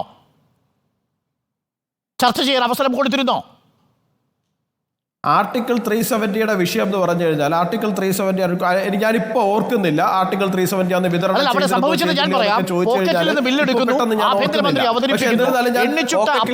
പ്രതിപക്ഷത്തിന്റെ ശബ്ദങ്ങളെല്ലാം നിശ്ചലമാക്കിക്കൊണ്ട് അത് പാസ്സാക്കി കൊണ്ടുപോകുന്നു. തൊട്ടടുത്ത ദിവസം അടുത്ത രാജ്യസഭയിലും പാസ്സാക്കുന്നു. ഇതാണ് കണ്ടത്. ഞാൻ തിരിച്ചു വരാം. കഴിഞ്ഞ തവണത്തെ പാർലമെന്റിനെ സ്തംഭിപ്പിക്കാൻ പോയാൽ ഇത്തവണയും കഴിഞ്ഞ തവണത്തെ അനുഭവം ഉണ്ടാവും. അതാണ് യുവരാജ് ഗോകുൽ പറയുന്നത്. ചർച്ച ചെയ്യാൻ വന്നാൽ പ്രധാനമന്ത്രി കേൾക്കും, ബഹളമുണ്ടാക്കാൻ വന്നാൽ കേൾക്കില്ല. അതുകൊണ്ടാണ് പ്രധാനമന്ത്രി പറയുന്നത് മുദ്രാവാക്യങ്ങളല്ല, പ്രവൃത്തിയാണ് ആവശ്യം. അതുകൊണ്ട് ചർച്ച ചെയ്യൂ, ഞാൻ കേൾക്കാം, പക്ഷെ ബഹളമുണ്ടാക്കാൻ വന്നാൽ അംഗീകരിക്കില്ല. അതാണ് സർക്കാർ നയമെന്നാണ് ഇപ്പോൾ പ്രധാനമന്ത്രി പറയുന്നത്. അനിൽ ബോസ്, അതിലെന്താ തെറ്റ്? ഈ രാഷ്ട്രീയമായ വിയോജിപ്പുകൾക്കിടയിലും ചർച്ചകളിൽ പങ്കെടുക്കുന്ന BJP പ്രതിനിധി നമ്മുടെ സ്നേഹിതൻ ശ്രീ യുവരാജ് കുറെ കൂടി സ്റ്റാൻഡ് ചെയ്യുന്ന വാദഗതികൾ ഉന്നയിക്കുന്ന ആളാണെന്നാണ് ഞാൻ നിരീക്ഷിച്ചിട്ടുള്ളത്. ഇന്നത്തെ അദ്ദേഹത്തിന്റെ ഓരോ സ്റ്റാൻഡും നിങ്ങൾ ശ്രദ്ധിച്ചു നോക്കുക. അദ്ദേഹത്തിന് സ്റ്റിക്ക് ഓൺ ചെയ്യാൻ കഴിയുന്നില്ല. അദ്ദേഹത്തിന് സ്റ്റിക്ക് ഓൺ ചെയ്യാൻ കഴിയാത്തത് ആ സംവിധാനം ചെയ്തത് കൃത്യമായ വീഴ്ചയാണെന്ന് അദ്ദേഹത്തിനും അറിയാം. അതുകൊണ്ടാണ് അദ്ദേഹത്തിന് ഇത് പരിശോധിക്കണം, അല്ലെങ്കിൽ നോക്കണം, പഠിക്കണം, ഓർക്കുന്നില്ല എന്ന് പറയേണ്ടി വരുന്നത്. അങ്ങനെ ഒരാളല്ല യുവരാജ് എന്നാണ് ഇതിനു മുമ്പുള്ള ചർച്ചകളിൽ നിന്ന് ഞാൻ വിലയിരുത്തിയിട്ടുള്ളത്. അതുകൊണ്ട് അദ്ദേഹത്തിന്റെ ഭാഗം ദുർബലമാകുന്നത് അദ്ദേഹത്തിന്റെ ഭാഗം ശരിയല്ല എന്ന പൂർണ്ണ ബോധ്യത്തിന്റെ അടിസ്ഥാനത്തിൽ. ഇവിടെ തന്നെ മറ്റൊരു കാര്യം എടുക്കാം. ഇവിടെ സ്പീക്കർ തെരഞ്ഞെടുപ്പുമായി ബന്ധപ്പെട്ട് സ്പീക്കർ, ഡെപ്യൂട്ടി സ്പീക്കർ തെരഞ്ഞെടുപ്പ്, ഡെപ്യൂട്ടി സ്പീക്കർ കൊടുക്കാത്തതിനെ കുറിച്ച് അദ്ദേഹത്തിന് കൃത്യമായ സാഹചര്യം ഓർമ്മയില്ല. ഇപ്പോൾ പ്രോട്ടം സ്പീക്കറുമായി ബന്ധപ്പെട്ട് അദ്ദേഹം പറയുന്നത് തുടർച്ചയായി എന്ന് താങ്കൾ തന്നെ ചോദിച്ചു, കോൺസ്റ്റിറ്റ്യൂഷനിൽ എവിടെയാണെന്ന് പറഞ്ഞിട്ടുള്ളത്. സ്പീക്കർ, ഡെപ്യൂട്ടി സ്പീക്കറുമായി ബന്ധപ്പെട്ട് 95-ൽ 1 അനുച്ഛേദമാണ് അതിന്റെ തെരഞ്ഞെടുപ്പും അതിന്റെ രീതികളും കൃത്യമായി കോൺസ്റ്റിറ്റ്യൂഷനിൽ പ്രതിപാദിച്ചിട്ടുള്ളത്. അതിന്റെ അത് സഭയിലെ സീനിയർ മെമ്പറിനെ പറയുന്നുള്ളൂ. ആ സഭയിലെ മുതിർന്ന അംഗം എന്ന് പറഞ്ഞാൽ നിലവിൽ വന്നിട്ടുള്ള തെരഞ്ഞെടുപ്പുകളിൽ ജയിച്ചു വന്നിട്ടുള്ള ഏറ്റവും കൂടുതൽ തവണ അവിടെ ജയിച്ചു വന്നിട്ടുള്ള അംഗം ശ്രീ കൊടിക്കുന്നിൽ സുരേഷാണ്. മാത്രമല്ല കഴിഞ്ഞ 5 വർഷക്കാലം സ്പീക്കേഴ്സ് പാനലിൽ ഉണ്ടായിരുന്നയാളാണ്. ചെറിയ കാര്യമല്ല. ഇവിടെ നമ്മൾ കാണേണ്ടത് ഇന്ത്യയുടെ പാർലമെന്റുമായി ബന്ധപ്പെട്ട് നമ്മുടെ കോൺസ്റ്റിറ്റ്യൂഷനിൽ വളരെ കൃത്യമായി പറയുന്നുണ്ടല്ലോ, രാജ്യസഭയും ലോക്സഭയും ഇന്ത്യൻ പ്രസിഡന്റ് ഇല്ലാതെ ഒരു കോൺസ്റ്റിറ്റ്യൂഷൻ ഉണ്ടോ? ഒരു സഭയുണ്ടോ? അവിടെ പാർലമെന്റിന്റെ പുതിയ മന്ദിരം ഉദ്ഘാടനം ചെയ്യുമ്പോൾ എന്തുകൊണ്ട് രാഷ്ട്രപതിയെ വിളിച്ചില്ല? ശകുനമാണ്, അപശകുനമാണോ ഇന്ത്യയുടെ രാഷ്ട്രപതി രാജ്യത്തെ ഒരു പാർലമെന്റ് മന്ദിരം ഉദ്ഘാടനം ചെയ്യുമ്പോൾ? ഇവിടെ കൊടിക്കുന്നിൽ സുരേഷിനും ദ്രൗപദി മുർമുവിനും ഒരേ അനുഭവമാണ്. സീനിയർ മെമ്പർക്കും രാഷ്ട്രപതിക്കും ഒരേ അനുഭവമാണ്. അരുൺ, അത് പച്ചയായിട്ട് അങ്ങ് രാജ്യത്തെ ജനങ്ങൾക്ക് ബോധ്യപ്പെട്ടിട്ടുണ്ട്. ഇന്ത്യയിൽ ആദ്യമായി ഒരു ട്രൈബൽ വനിതയെ പ്രസിഡന്റ് ആക്കിയത് BJP ആണ്. അനിൽ ബോസ്, ഇന്ത്യയിൽ പട്ടികവർഗക്കാരനായിട്ടുള്ള KR നാരായണന്റെ രാഷ്ട്രപതിയാക്കിയത് കോൺഗ്രസ് ആണ് സാർ. പട്ടികജാതിയും കാര്യമാണ് പറഞ്ഞത്. സാന്താൾ വിഭാഗത്തിൽ നിന്ന് പിന്നാക്ക വിഭാഗത്തിൽ നിന്ന് പ്രതിനിധിയെ രാജ്യത്തിന്റെ വനിതാ പ്രതിനിധിയെ രാജ്യത്തിന്റെ പ്രസിഡന്റ് ആക്കിയത് BJP ആണ്. അന്ന് KR നാരായണനെ പിന്തുണച്ചു BJP. അല്ല, അത് മാത്രമല്ലെന്ന് ഞങ്ങളാക്കി. അല്ല, ഞങ്ങൾ KR നാരായണനെ മാത്രമല്ലല്ലോ, ഗ്യാനി സെയിൽ സിംഗിനെ ഏറ്റവും ചുരുങ്ങിയ മറ്റ് സംസ്ഥാനങ്ങൾ വെച്ച് നോക്കുമ്പോൾ, വിഭാഗങ്ങൾ വെച്ച് നോക്കുമ്പോൾ കുറവുള്ള സിഖ് സമുദായത്തിൽ നിന്ന് ഞങ്ങളാക്കിയിട്ടില്ലേ? ഈ പട്ടികവർഗക്കാരെ കുറിച്ച് പറയുമ്പോൾ കേരളത്തിൽ ആദ്യമായിട്ട് പട്ടികവർഗത്തിൽ നിന്നൊരു മന്ത്രി ഉണ്ടാക്കിയത് ഞങ്ങളല്ലേ? ഇപ്പോഴല്ലേ, ഇന്ന് 2 ദിവസമല്ലേ ആയുള്ളൂ ഈ ഗവൺമെന്റ് ഉണ്ടാക്കിയിട്ട്. അപ്പം അത് സാഹചര്യങ്ങളാണ്, അവസരങ്ങളാണ്. വ്യത്യസ്തമായ മതവിഭാഗങ്ങളിൽ നിന്നും ഞങ്ങളാക്കിയിട്ടുണ്ടെന്ന് ഞങ്ങൾക്ക് അവസരം ഉണ്ടായിരുന്നു. ആ സന്ദർഭത്തിൽ എല്ലാ ഭാഗത്തു നിന്നും പരിഗണിച്ചുകൊണ്ട് ഞങ്ങൾ ചെയ്തിട്ടുണ്ട്. ഇല്ലേ? ഇല്ലാന്ന് തർക്കമുണ്ടോ ആരുണ്ട്? അപ്പം നമ്മളെ ലോക്സഭാ സ്പീക്കറായിട്ട് മീരാ കുമാറിനെ നമ്മൾ കൊണ്ടുവന്നില്ലേ? ഇവിടെ അതേ സ്ഥാനത്ത് പ്രോട്ടം സ്പീക്കറായിട്ട് കൊടിക്കുന്നിൽ സുരേഷിനെ എന്താ ഇവർ കൊണ്ടുവരാത്തത്? ദളിതനായതുകൊണ്ട്. അപ്പൊ ഭരണഘടനയിൽ തുടർച്ചയായി കഴിഞ്ഞ തവണ BJPയുടെ അംഗമായ വീരേന്ദ്രകുമാർ, അദ്ദേഹവും ദളിത് വിഭാഗത്തിൽ നിന്നുള്ള പ്രതിനിധിയാണ്, അദ്ദേഹത്തെയാണ് പരിഗണിച്ചത്. അപ്പോൾ ആ വാദം നിൽക്കില്ല. അല്ല, ഞാൻ ചോദിക്കുന്നത് ഒരു പ്രതിപക്ഷം, ഇവിടെ എന്താ അരുൺ ചോദിച്ചത്? പ്രതിപക്ഷം തിരിച്ചു വരുന്നോ? പ്രതിപക്ഷം മാനിക്കണം, പ്രതിപക്ഷം ഭരണഘടനാപരമായി ഉത്തരവാദിത്വം നിർവഹിക്കണം എന്ന പ്രധാനമന്ത്രിയുടെ ആഹ്വാനം, ഇതൊക്കെയല്ലേ നിങ്ങൾ ചർച്ച ചെയ്യുന്നത്? അപ്പൊ അതിന് മാതൃകാപരമായി പ്രവർത്തിക്കാനുള്ള ഒന്നാമത്തെ റെസ്പോൺസിബിൾ പേഴ്സൺ ആരാ? ഇന്ത്യൻ പാർലമെന്റ് ഉദ്ഘാടനം ചെയ്യുമ്പോൾ എന്തുകൊണ്ട് ദ്രൗപദി മുർമുവിനെ ഒഴിവാക്കി? കോൺഗ്രസ്സുകാരിയൊന്നും അല്ലല്ലോ. നിങ്ങൾ പറഞ്ഞ പോലെ ചരിത്രത്തിൽ ആദ്യമായി പട്ടികവർഗത്തിൽ നിന്ന് കൊണ്ടുവന്ന ആളാണല്ലോ. എന്തേ ഒഴിവാക്കി? രാജ്യസഭയും ലോക്സഭയും പ്രസിഡന്റ് ഇല്ലാതെ എന്ത് സഭയാണ്? എന്തുകൊണ്ടാണ് ഒഴിവാക്കിയത്? ആ ചോദ്യത്തിന് ഉത്തരമുണ്ടോ? ഇന്ത്യൻ പ്രധാനമന്ത്രിക്ക് ഉത്തരമുണ്ടോ? ഇനി കൊടിക്കുന്നിൽ സുരേഷ് അങ്ങ് വിട്. ഇനി ഇവരാക്കി എന്ന് പറയും 7 പ്രാവശ്യം തുടർച്ചയായി. ഈ 7 പ്രാവശ്യം തുടർച്ചയായി ആക്കിയ ആൾ ഒരു തവണയെ BJP ആയിട്ടുള്ളൂ. 3 മാസമേ ആയിട്ടുള്ളൂ BJP ചേർന്നിട്ട്. മനസ്സിലായില്ലേ? 3 മാസമേ ഉള്ളൂ. അധികാരത്തിൽ ഇരുന്ന ഒരു പാർട്ടിയെയും ഗവൺമെന്റിനെയും ഒറ്റുകൊടുത്തതിനുള്ള പ്രത്യുപകാരമാണിത്. സംശയമുണ്ടോ നിങ്ങൾക്ക്? നിന്ന പാർട്ടി 6 തവണ മറുപടി പറയുന്നതിനോടൊപ്പം നമ്മൾ ചർച്ചയുടെ 3ാമത്തെ പ്രധാനപ്പെട്ട ചോദ്യത്തിലേക്ക് കൂടി പോകണം. അനിൽ ബോസ് ഉന്നയിച്ച ചോദ്യങ്ങൾക്കുള്ള മറുപടിക്കൊപ്പം ഇന്നിപ്പോൾ ഈ സർക്കാരിന്റെ, പ്രത്യേകിച്ച് ആ സർക്കാരിനെ നയിക്കുന്ന പ്രധാനമന്ത്രിയുടെ ശരീരഭാഷ ശ്രദ്ധിക്കുമ്പോൾ വളരെ ദുർബലനായ ഒരു പ്രധാനമന്ത്രി എന്ന നിലയിലാണോ ആ ശരീരഭാഷ? ഇതുവരെ കാണാത്ത, സ്വയം ദൈവമായി അവതരിച്ച് നിൽക്കുന്ന ഒരു പ്രധാനമന്ത്രി സ്ഥാനാർത്ഥിയിൽ നിന്നും ഘടകകക്ഷികളുടെ പിന്തുണയാൽ മാത്രം പാർലമെന്റിലേക്ക് കയറാനുള്ള കരുത്താർജിച്ചിരിക്കുന്ന ഒരു ദുർബലനായ പ്രധാനമന്ത്രിയുടെ ശരീരഭാഷയാണോ നമ്മൾ ഇന്ന് പാർലമെന്റിൽ കണ്ടത്? യുവരാജ്, നീറ്റ് അടക്കമുള്ള വിഷയങ്ങളിൽ മുഖം നഷ്ടപ്പെട്ടിരിക്കുന്ന കേന്ദ്ര സർക്കാരാണോ ഇന്നിപ്പോൾ സത്യപ്രതിജ്ഞ ചെയ്തിരിക്കുന്നത്? ഈ കേന്ദ്ര സർക്കാർ നടത്തിയ എല്ലാ പരീക്ഷകളും, നീറ്റ് പരീക്ഷയാവട്ടെ, UGC നെറ്റ് പരീക്ഷയാവട്ടെ, CSIR നെറ്റ് പരീക്ഷയാവട്ടെ, എല്ലാം കുളം തോണ്ടി. ആ കേന്ദ്ര സർക്കാരിൻ്റെ പ്രതിനിധിയെ ധർമ്മേന്ദ്ര പ്രധാൻ എഴുന്നേറ്റ് പോകുമ്പോൾ കേട്ട ശബ്ദം ഒരിക്കൽ കൂടി ഞങ്ങൾ കാണിക്കാം. നീറ്റ് നീറ്റ് നീറ്റ് എന്ന് വിളിച്ച് ഷെയിം എന്ന് വിളിച്ചു പോകുന്നു. ഇത് പാർലമെന്റ് ചരിത്രത്തിൽ ആദ്യമാണ് യുവരാജ് ഗോകുൽ. ഒരു മന്ത്രി ലോക്സഭാംഗമായി സത്യപ്രതിജ്ഞ ചെയ്യുമ്പോൾ നോക്കൂ, ആ ദൃശ്യങ്ങൾ എത്ര ദുർബലനായിട്ടാണ് പോകുന്നത്. വിളി കേൾക്കൂ.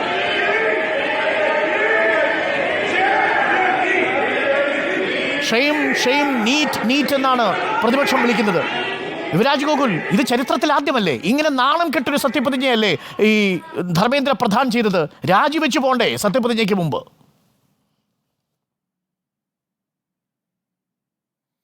ഹരികുമാറെ, ആദ്യത്തെ ചോദ്യത്തിൽ തന്നെ ഞാൻ വരാം. ഒന്നാമത്തെ കാര്യം, 10 വർഷത്തിൻ്റെ ഇടയിൽ വളരെ വീക്കായിട്ടുള്ളൊരു ബോഡി ലാംഗ്വേജോട് കൂടിയുള്ള നരേന്ദ്രമോദിജിയാണ് കണ്ടതെന്ന് പറഞ്ഞു. അതുപോലെ തന്നെ അതിൻ്റെ കൂടെ തന്നെ ശ്രീ അനിൽ ബോസും പറയുന്നുണ്ടായിരുന്നു, ആദ്യമായിട്ട് നരേന്ദ്രമോദിജി ഭരണഘടനയിൽ ചുംബിച്ചു 2024 എന്ന് പറഞ്ഞിട്ട്. 10 വർഷങ്ങൾക്ക് മുമ്പ് ആദ്യമായിട്ട് അദ്ദേഹം പാർലമെൻറ്റിലേക്ക് വരുന്ന സമയത്ത് അദ്ദേഹം പാർലമെൻറ്റിൻ്റെ പടവുകളിൽ നമസ്കരിച്ചു. അതിനുശേഷം അകത്ത് വന്നു. അദ്ദേഹത്തിന്റെ പ്രസംഗത്തിൽ അദ്ദേഹം കരയുകയായിരുന്നു ചെയ്തത്. പക്ഷേ പിന്നീട് പാർലമെന്റ് പൂട്ടി, പുതിയ പാർലമെന്റ് വന്നു. വികാരാധീനനായിട്ട് ആയിക്കോട്ടെ, ഞാൻ പറയട്ടെ. അത് വരേണ്ടതാണല്ലോ. എത്രയോ കാലമായിട്ട് പെൻഡിങ് ആയിട്ടുള്ളൊരു ആവശ്യമായിരുന്നു അത്. ഒന്ന്. രണ്ടാമത്തെ കാര്യം, ശ്രീ അനിൽ ബോസ് നന്നായിട്ട് ദേശീയ രാഷ്ട്രീയം നിരീക്ഷിക്കുന്ന ഒരാളാണ്. അദ്ദേഹം എന്താണ് ഇങ്ങനെ പറയുന്നതെന്ന് എനിക്ക് മനസ്സിലാകുന്നില്ല. 2019 അദ്ദേഹം നരേന്ദ്രമോദിജി പാർലമെന്റിലേക്ക് കടന്നു വന്നിട്ട് ആദ്യം ഭരണഘടനയിൽ തന്നെ നമസ്കരിക്കുന്ന ചിത്രങ്ങൾ ഇന്നും ഇന്റർനെറ്റിൽ ലഭ്യമാണ്. ANIയുടെ ഉൾപ്പെടെയുള്ള അന്നത്തെ വാർത്തകളും നമുക്ക് ഇന്റർനെറ്റിൽ അവൈലബിൾ ആണ്. അങ്ങ് അത് പരിശോധിക്കണമെന്ന് അങ്ങയോട് പറയുകയാണ്. അപ്പോൾ നരേന്ദ്രമോദിജി എപ്പോഴും പാർലമെന്റിലേക്ക് കടന്നു വരുന്ന സമയത്ത് തുടക്കത്തിൽ ആദ്യ ദിവസങ്ങളിൽ വളരെ ഹമ്പിളായിട്ട് തന്നെയാണ് കടന്നു വരാറുള്ളത്. അതിനെ നിങ്ങൾ ദുർബലമായ ശരീരഭാഷ എന്ന് വിളിച്ചാലും എന്ത് വിളിച്ചിരുന്നാലും അത് അദ്ദേഹം വളരെ ഹമ്പിളായിട്ട് തന്നെയാണ് ആദ്യ ദിവസങ്ങളിൽ എല്ലായ്പ്പോഴും കടന്നു വന്നിട്ടുള്ളത്. അത് ഇത്തവണയും അങ്ങനെ തന്നെയാണ് കടന്നു വന്നിരിക്കുന്നതെന്നാണ് എനിക്ക് ഒന്നും മനസ്സിലാക്കാറുള്ളത്. രണ്ടാമത്തെ കാര്യം, അങ്ങ് നീറ്റിൻ്റെ കാര്യം പറഞ്ഞു. നീറ്റിൻ്റെ പരീക്ഷയുടെ ക്വസ്റ്റ്യൻ പേപ്പർ ചോർന്നു, നെറ്റിൻ്റെ പരീക്ഷയുടെ ക്വസ്റ്റ്യൻ പേപ്പർ ചോർന്നു, മറ്റൊരു പരീക്ഷയുടേത് നടത്താൻ പോകുന്നത് ചോർന്നിട്ടുണ്ടാകുമെന്നുള്ള ഭയത്താലാണെന്ന് തോന്നുന്നു അത് പിൻവലിക്കുന്ന സാഹചര്യം ഉണ്ടായ പരീക്ഷ. വളരെ ദൗർഭാഗ്യകരമായ ഒരു സാഹചര്യം തന്നെയാണ് ഉണ്ടായിട്ടുള്ളത്. അത് NTA തലയിൽ നമുക്ക് വെച്ച് പരിപൂർണമായിട്ടും അങ്ങനെ ഒഴിഞ്ഞു മാറാൻ സാധിക്കുമെന്ന് ധർമ്മേന്ദ്ര പ്രധാൻ പോലും വിശ്വസിക്കുന്നില്ല. തെറ്റ് ഞങ്ങളുടെ ഭാഗത്ത് നിന്ന് പറ്റിയിട്ടുണ്ടെന്ന് പരിപൂർണമായിട്ടുള്ള വിശ്വാസം ഞങ്ങൾക്കുണ്ട്. ആ തെറ്റ് തിരുത്തുവാൻ വേണ്ടിയിട്ടുള്ള നടപടികൾ തീർച്ചയായിട്ടും ഞങ്ങളുടെ ഭാഗത്ത് നിന്ന് ഉണ്ടാവുകയും ചെയ്യും. വളരെ പ്രധാനപ്പെട്ട കാര്യമാണ് തെറ്റുപറ്റിയാൽ അത് അംഗീകരിക്കുക എന്നുള്ളത്. I appreciate Gokul. എനിക്കൊന്ന് ഈ ചർച്ചയിൽ വന്ന് ഏതെങ്കിലും ഒരു BJP പ്രതിനിധി നീറ്റ് പരീക്ഷയുമായി ബന്ധപ്പെട്ട് CSIR-മായി ബന്ധപ്പെട്ട് നെറ്റ് പരീക്ഷയുമായി ബന്ധപ്പെട്ട് തങ്ങളുടെ ഭാഗത്ത് തെറ്റുപറ്റിയിട്ടുണ്ടെങ്കിൽ അത് പരിശോധിക്കുമെന്ന് പറയുന്നത് സ്വാഗതാർഹമായ കാര്യമാണ്. അത് ജനാധിപത്യത്തിലെ മാതൃകാപരമായ ഒരു കാര്യം കൂടിയാണ്. അരുൺ നോക്കൂ, ദൗർഭാഗ്യകരമായ സംഭവം എന്ന് വിശേഷിപ്പിച്ചെങ്കിലും അദ്ദേഹം ആ തെറ്റേറ്റെടുക്കാൻ തയ്യാറാണ് BJP. അല്ല, അരുൺകുമാർ, അത് എന്റെ ഭാഗത്തുനിന്ന് മാത്രമല്ല വന്നിരിക്കുന്നത്. ധർമ്മേന്ദ്ര പ്രധാൻ തന്നെ പറഞ്ഞിട്ടുണ്ട് വീഴ്ച പറ്റിയെന്ന്. ഇന്നത്തെ അരുൺകുമാർ ധർമ്മേന്ദ്ര പ്രധാൻ പറഞ്ഞത് തമ്മിലുള്ള വ്യത്യാസം, ധർമ്മേന്ദ്ര പ്രധാൻ പറഞ്ഞത് പരിമിതമായ അളവിൽ മാത്രമേ ആ വീഴ്ച സംഭവിച്ചിട്ടുള്ളൂ എന്ന്. എന്ത് പരിമിതമായ അളവ്? ഒരു പരീക്ഷ മുഴുവൻ പൊളിഞ്ഞ് അതിനെ എനിക്ക് എക്സ്പ്ലെയിൻ ചെയ്യണമായിരുന്നു. കുഴപ്പമില്ല, നടക്കട്ടെ. ഞാൻ അടുത്ത റൗണ്ടിൽ പറയാം. അരുൺ മറുപടി. മിസ്റ്റർ അരുൺ, ദക്ഷിണാഫ്രിക്കയുടെ ഒരു പ്രധാനപ്പെട്ട സർവകലാശാലയുടെ കവാടത്തിൽ എഴുതി വെച്ചിട്ടുണ്ട്, നിങ്ങൾക്കൊരു രാജ്യത്തെ തകർക്കണമെങ്കിൽ ആറ്റം ബോംബോ സ്കഡ് മിസൈലോ വേണ്ട, ആ രാജ്യത്തിന്റെ പരീക്ഷയിൽ, പ്രധാനപ്പെട്ട പരീക്ഷയിൽ കള്ളം ചേർത്താൽ മതിയെന്ന്. ആ പരീക്ഷ പാസ്സായി വരുന്ന ഡോക്ടർമാരാൽ അവിടുത്തെ സാധാരണക്കാരായ രോഗികൾ, ജനങ്ങൾ കൊല്ലപ്പെടും. അവിടെ പാസ്സായിട്ട് വരുന്ന എഞ്ചിനീയർമാരാൽ അവിടുത്തെ കെട്ടിടങ്ങൾ തകർക്കപ്പെടും. അങ്ങനെ പാസ്സായി വരുന്ന സാമ്പത്തിക വിദഗ്ധന്മാരാൽ അവിടുത്തെ സമ്പദ് വ്യവസ്ഥ തകരും. അങ്ങനെ പാസ്സായി വരുന്ന മറ്റെല്ലാ മേഖലയിലുള്ളവരെ കൊണ്ട് ആ രാജ്യം തകർന്ന് തരിപ്പണമായി മാറും. ഇവിടെ ഇപ്പോൾ ഇത്ര വലിയ കുംഭകോണമായി പുറത്തു വന്നു. ഇത് എത്ര വർഷമായി തുടങ്ങിയിട്ട്? വ്യാപം അഴിമതി നമ്മുടെ മുന്നിലുണ്ട്. 179 പേരാണ് വ്യാപം അഴിമതിയുമായി ബന്ധപ്പെട്ടുകൊണ്ടുള്ളവർ കൊല്ലപ്പെട്ടത്. അതിനുശേഷം അതിപ്പോ എവിടെ ചെന്ന് നിൽക്കുന്നു? 24 ലക്ഷം പേർ പരീക്ഷ എഴുതിയ ആ പരീക്ഷയാണ് തകർത്ത് തരിപ്പണമായത്. നെറ്റ് ക്യാൻസലാക്കുന്ന സാഹചര്യം വന്നു. ഇത് ആര് ചോദിക്കും? CBI അന്വേഷണത്തിന് ചെല്ലുമ്പോൾ CBI ഉദ്യോഗസ്ഥന്മാരെ തല്ലി ഓടിക്കുന്നത് നാം കാണുകയാണ്. ഇത് വലിയ ശൃംഖല. കാരണം NDAയുടെ സ്ഥാനാർത്ഥിയായി മത്സരിച്ചവർ വരെ ഇതിന്റെ പ്രധാനപ്പെട്ട റോളിലുണ്ട്. കാരണം ഇതിൽ അവർക്ക് ഇപ്പൊ കുറ്റം സംബന്ധിച്ചോ അല്ലെങ്കിൽ എന്തെങ്കിലും പരിശോധിക്കാമെന്ന് പറഞ്ഞു എന്ന് വെച്ച് അല്ലാതെ മറ്റൊരു മാർഗമില്ല. ഇതിൽ NDAയുടെ പങ്ക്, BJPയുടെ പങ്ക് മറ്റു പല സംസ്ഥാനങ്ങളിലും കുറെ നാളായി റാങ്കുകൾ കൈപ്പടിയിൽ ഒതുക്കി വച്ചതിന്റെ പിന്നിലുള്ള ചരിത്രം പരിശോധിച്ചാൽ ഇത് വലിയ മാഫിയയിലേക്ക് പോകുകയാണെന്നുള്ള യാഥാർത്ഥ്യമുണ്ട്. അതുകൊണ്ടാണ് ഇന്ത്യ മുന്നണിയും ഇടതുപക്ഷവും എല്ലാം ആവശ്യപ്പെടുന്നത് സ്വതന്ത്ര അന്വേഷണ ഏജൻസികളെ കൊണ്ട് ഇത് അന്വേഷിക്കണം. കാരണം പഴയ പാർലമെന്റിലുള്ള എണ്ണമല്ലല്ലോ, അതിശക്തമായി ഇന്ത്യൻ പാർലമെന്റിൽ മറ്റന്നാൾ മുതൽ ഇത് ഉന്നയിക്കപ്പെടുമെന്നും അങ്ങനെ ഉന്നയിക്കപ്പെട്ടാൽ അതിശക്തമായിട്ടുള്ള അന്വേഷണം നടത്തേണ്ടി വരുമെന്നും അങ്ങനെ നടത്തപ്പെട്ടാൽ പ്രധാനപ്പെട്ട പലരുടെയും തല ഉരുളുന്ന കാഴ്ച നമുക്ക് കാണേണ്ടി വരുമെന്ന യാഥാർത്ഥ്യം തിരിച്ചറിയുമ്പോൾ പലതരത്തിലും തെറ്റ് സംവദിക്കുകയും തിരുത്താൻ ശ്രമിക്കുമെന്നൊക്കെ പറയുന്ന സാഹചര്യം ഉണ്ടാവും. ഗുരുതരമായിട്ടുള്ള ഇന്ത്യയുടെ വിദ്യാഭ്യാസ മേഖലയെ തകർത്ത് തരിപ്പണമായി മാറിയിരിക്കുന്ന, അടുത്ത കാലത്ത് ഇത്തരത്തിൽ എൻട്രൻസ് എഴുതി വന്ന് പല മേഖലകളിലേക്ക് വന്ന മെഡിക്കൽ എഞ്ചിനീയർ എല്ലാം എടുത്ത് പരിശോധിച്ച് നോക്കുക. പ്രത്യേകിച്ച് IAS IPS എല്ലാം ഉണ്ട്. അത്തരത്തിൽ മേഖലകളിലെല്ലാം ഗുരുതരമായിട്ടുള്ള വീഴ്ച പറ്റിയിട്ടുണ്ടോ എന്ന് പരിശോധിക്കേണ്ട ഒരു സാഹചര്യമാണ് നമ്മുടെ മുന്നിലുള്ളത്. അതുകൊണ്ട് തന്നെ ഇവർക്ക് തെറ്റ് സമ്മതിക്കേണ്ടി വരും, കുറ്റം സമ്മതിക്കേണ്ടി വരും, പലതും തുറന്നു പറയേണ്ടി വരുന്ന സാഹചര്യം അടുത്ത കാലത്ത് വരും. അതിനുള്ള തെരഞ്ഞെടുപ്പ് വിധി കൂടിയാണ് ഈ വിധി എന്ന് സൂചിപ്പിക്കുകയാണ്.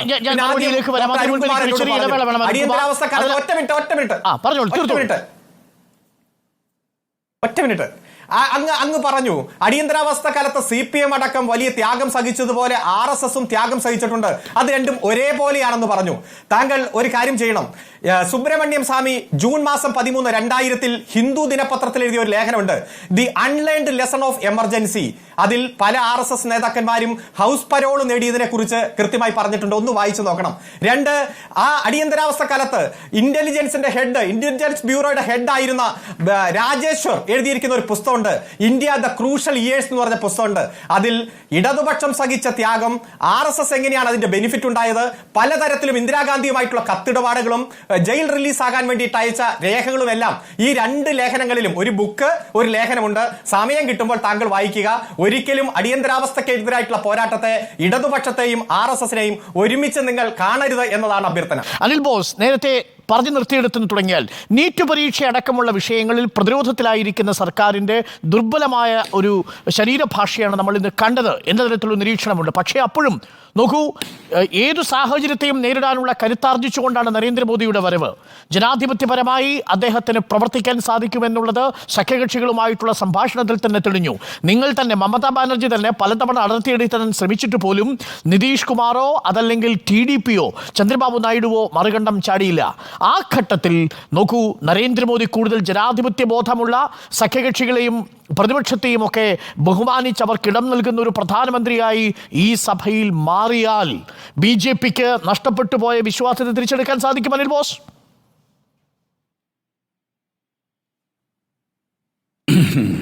നല്ല കാര്യം. അങ്ങനെയൊക്കെ ചിന്തിക്കാനും പ്രവർത്തിക്കാനും തുടങ്ങിയാൽ നല്ലത്. അത് രാജ്യത്തെ ഭരണകൂടം അങ്ങനെ തിരുത്തുന്നത് നല്ലത് തന്നെയാണ്. പക്ഷെ കഴിഞ്ഞ 10 വർഷത്തിൽ ഈ ധർമ്മേന്ദ്ര പ്രധാൻ എന്ന് പറയുന്ന ആൾ ആദ്യമായി സത്യപ്രതിജ്ഞ ചെയ്യുന്ന പെട്രോളിയം മന്ത്രിയായിട്ടാണ്. ഇപ്പം നീറ്റ് ഇപ്പോഴത്തെ വിവാദം. പെട്രോളിയം മന്ത്രിയായി സത്യപ്രതിജ്ഞ ചെയ്തതിന് ശേഷം അദ്ദേഹം ചെയ്തത് ആ പെട്രോളിയം ഡയറക്ടറെ നിർബന്ധിതമായി ഭീഷണിപ്പെടുത്തി ലീവ് എടുപ്പിച്ച് ആ പോസ്റ്റിൽ നിന്ന് വോളണ്ടറി റിട്ടയർമെന്റ് എടുപ്പിച്ച ആളുടെ പേരാണ് ധർമ്മേന്ദ്ര പ്രധാൻ.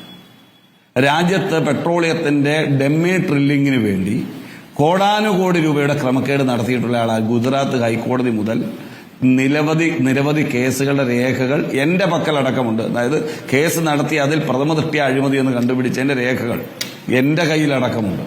ഉത്തരവാദിത്വത്തോടു കൂടിയാണ് പറയുന്നത്. പക്ഷേ ഇതൊന്നും ഇവിടുത്തെ ഒരു ഏജൻസിയും അന്വേഷിക്കില്ല. അതാണ് കഴിഞ്ഞ 10 വർഷത്തെ അനുഭവം. പക്ഷേ തുടങ്ങുകയാണ്. ഇപ്പൊ നീറ്റിൽ തുടങ്ങി. ആദ്യം പ്രതിപക്ഷം എന്നുള്ള നിലയിലോ പാർലമെന്റ് അംഗങ്ങൾ എന്നുള്ള നിലയിലോ ഒരു സത്യപ്രതിജ്ഞയ്ക്ക് മുമ്പാണല്ലോ രാജ്യത്തെ ജനങ്ങളോട് ഇതിനെ സംബന്ധിച്ച് രാഹുൽ ഗാന്ധി പ്രതികരിച്ചത്. ഇന്നെന്താ സ്ഥിതി? രാജ്യത്തെ ചെറുപ്പക്കാരുടെ ഭാവി എന്താ?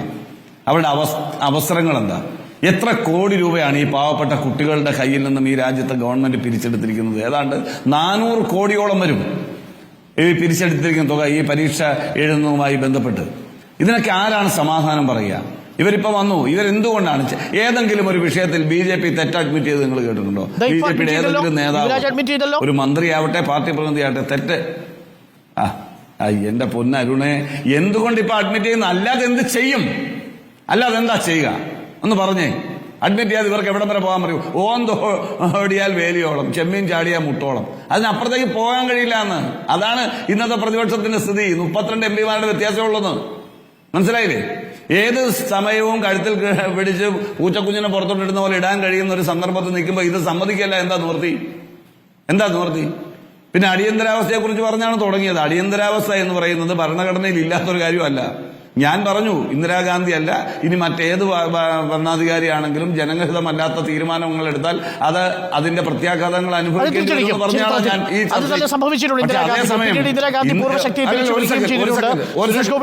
ഭാഷയിൽ പറഞ്ഞാൽ ഭാരതത്തിന്റെ ദുർഗയായി പറഞ്ഞോളൂ. ഒരു സെക്കൻഡ് അരുണേ.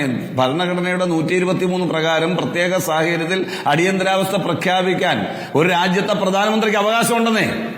രാജ്യത്ത് ഒരു പ്രത്യേക സാഹചര്യം 360 പ്രകാരം സാധ്യതയുണ്ട്, 352 പ്രകാരവും സാധ്യതയുണ്ട്. ഞാൻ തിരിച്ചു വരാം. ശ്രീ അനിൽ ബോസ്, യുവരാജ് ഗോകുൽ നോക്കൂ.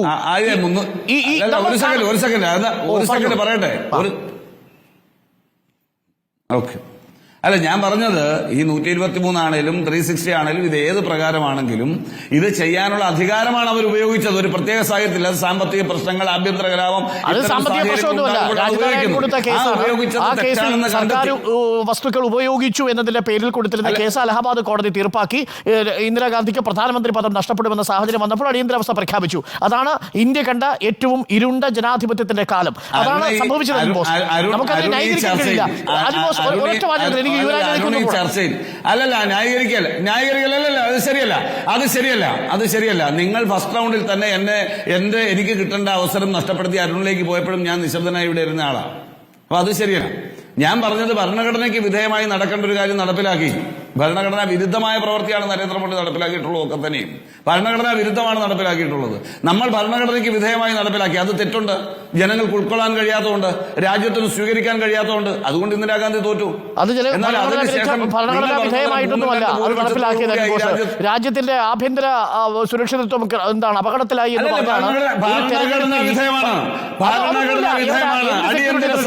എന്ത് ഇന്റേണൽ സെക്യൂരിറ്റി ത്രെട്ടാണ് ഉണ്ടായിരുന്നത് അനിൽ ബോസ്? അങ്ങനൊന്നുമല്ല. എന്ത് ഇന്റേണൽ സെക്യൂരിറ്റി ത്രെട്ടാണ് 1978 ഉണ്ടായിരുന്നത്? ഇന്ത്യൻ ഞാൻ ചോദിക്കുന്ന അരുണെ, ഇന്ത്യയിൽ അടിയന്തരാവസ്ഥ പ്രഖ്യാപിക്കാൻ ഭരണഘടനയിൽ നമ്മുടെ ഭരണഘടനയിൽ അടിയന്തരാവസ്ഥ പ്രഖ്യാപിക്കാൻ പ്രൊവിഷൻ ഉണ്ടോ ഇല്ലയോ?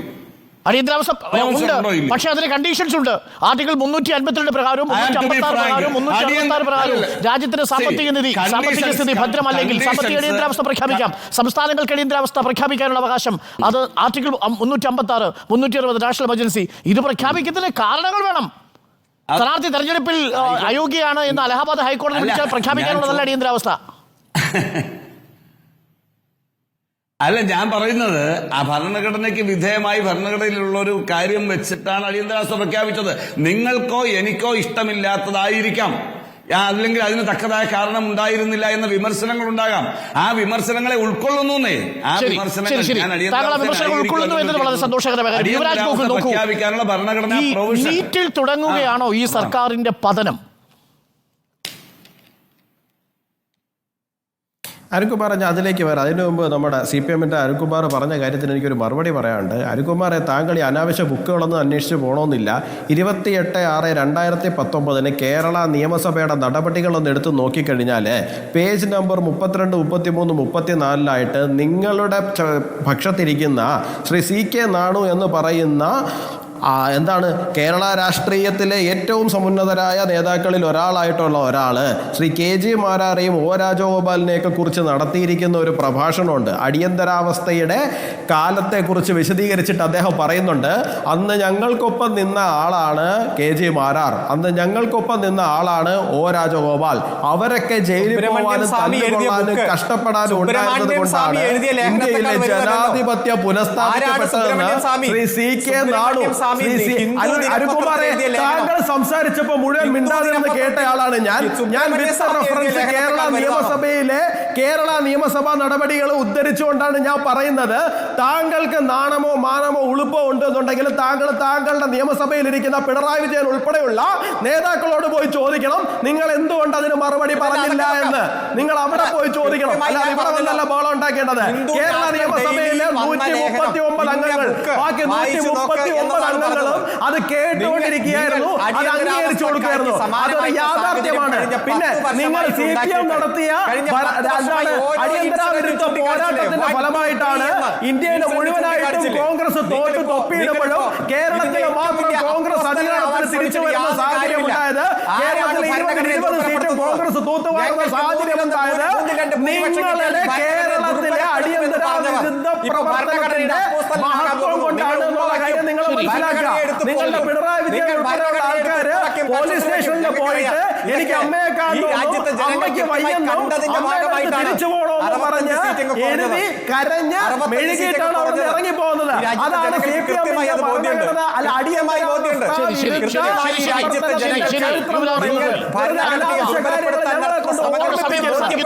എന്ന് വേണ്ട. നമ്മുടെ സമയം അവസാനിക്കുന്നു. എന്റെ ചോദ്യം ഒരൊറ്റ വാചകത്തിൽ മറുപടി. യുവരാജ് ഗോകുൽ, നീറ്റിൽ തുടങ്ങിയോ സർക്കാരിന്റെ പതനം? നീറ്റിൽ വീഴ്ച സംഭവിച്ചിട്ടുണ്ട് എന്ന് പറയാൻ വേണ്ടിയിട്ട് ഞങ്ങൾക്ക് യാതൊരു മടിയുമില്ല. അതൊരു ഒരു കറക്ഷൻ പ്രോസസ്സാണ് നടന്നുകൊണ്ടിരിക്കുന്നത്. MBBS അഡ്മിഷൻ എങ്ങനെയായിരുന്നു എന്നുള്ള കാര്യത്തെ കുറിച്ചിട്ടൊക്കെ എല്ലാവർക്കും നല്ല രീതിയിൽ നിശ്ചയമുണ്ട്. ഒരു കറക്ഷൻ പ്രോസസ് മെഡിക്കൽ എൻട്രൻസ് പരീക്ഷയിൽ കേട്ടുകേൾവിയില്ലാത്ത ഒന്നാണ് ഗോകുൽ സംഭവിച്ചത്. അതുകൊണ്ട് ഇതുവരെയുള്ള പരീക്ഷയെ ന്യായീകരിക്കാൻ കഴിയില്ല. താങ്കൾ ആ തോൽവിയുടെ ഉത്തരവാദിത്വം BJP പ്രതിനിധി എന്ന നിലയിൽ ഏറ്റെടുത്താൽ പിന്നീട് മറുചോദ്യങ്ങളില്ല. കാരണം ആ തോൽവി താങ്കൾ ഏറ്റെടുത്തിരിക്കുന്നു. വീണ് കിടക്കുന്നവരെ പിന്നീട് അടിക്കാൻ പാടില്ല എന്നാണ്. ചർച്ച അവസാനിക്കുന്നു. യുവരാജ് ഗോകുൽ ഒപ്പം അരുൺ കുമാർ, അനിൽ ബോസ് ഈ ചർച്ചയിൽ പങ്കെടുത്തതിന് നന്ദി. ഇനി പ്രേക്ഷകർക്ക് കാണാം ഡിബേറ്റ് വിത്ത് സ്മൃതി പരുത്തിക്കാട്.